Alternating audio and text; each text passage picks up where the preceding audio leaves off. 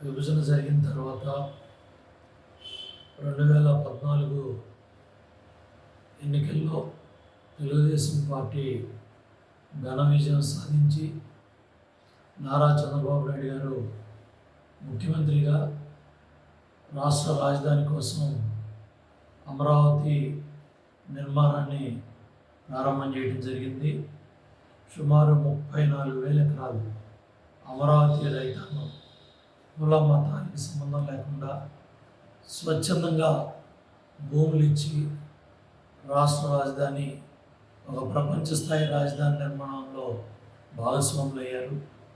ఆ రోజు ప్రధానమంత్రి నరేంద్ర మోడీ గారు, ఎంతోమంది ముఖ్యమంత్రులు, ఎంతోమంది ఉన్నతాధికారులు, ఎంతోమంది న్యాయాధికారులు, ఎంతోమంది ప్రజలు అందరూ కూడా భాగస్వాములై ఆ ప్రారంభ కార్యక్రమంలో అందరూ కూడా పాల్గొన్నారు.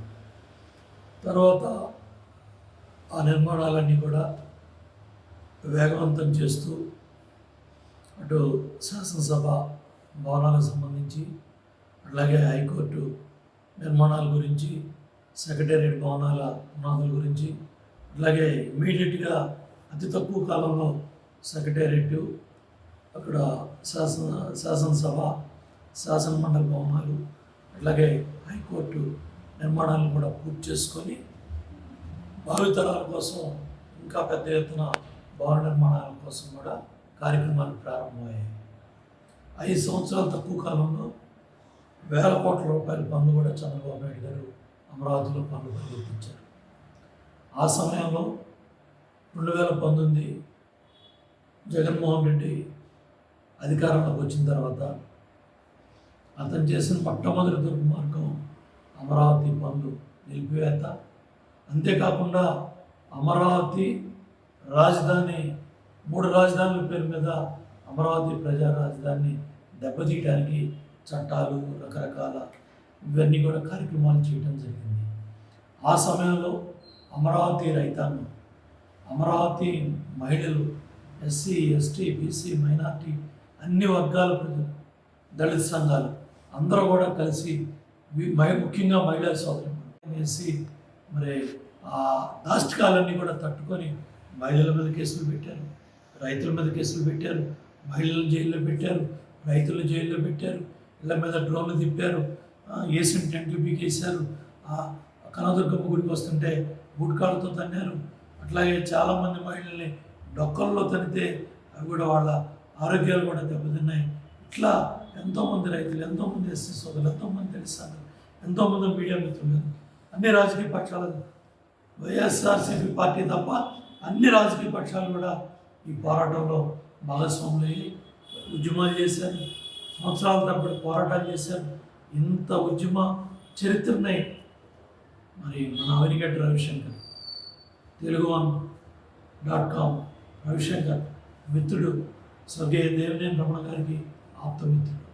తర్వాత అవినిగడ్డ రవిశంకర్గా కృష్ణా జిల్లాలో ప్రతి ఒక్కరికి సుపరిచితుడు.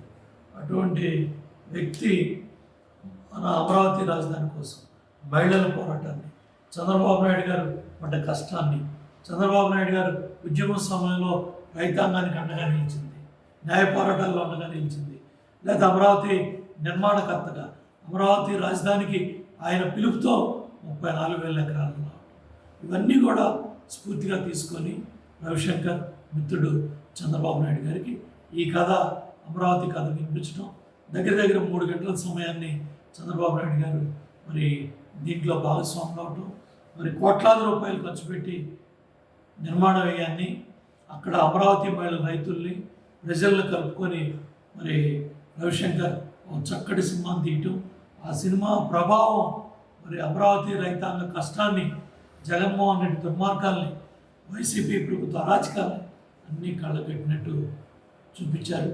ఆర్థికంగా నష్టపోయినా, ఇబ్బందులు వచ్చినా, సాధకబాధలు వచ్చినా తట్టుకొని నిలబడి ఇవాళ మరి రవిశంకర్ గారు సినిమా తీసిన విధానం కానీ, చూపించిన విధానం కానీ మనస్ఫూర్తిగా స్నేహితుడిగా అభినందిస్తున్నాను.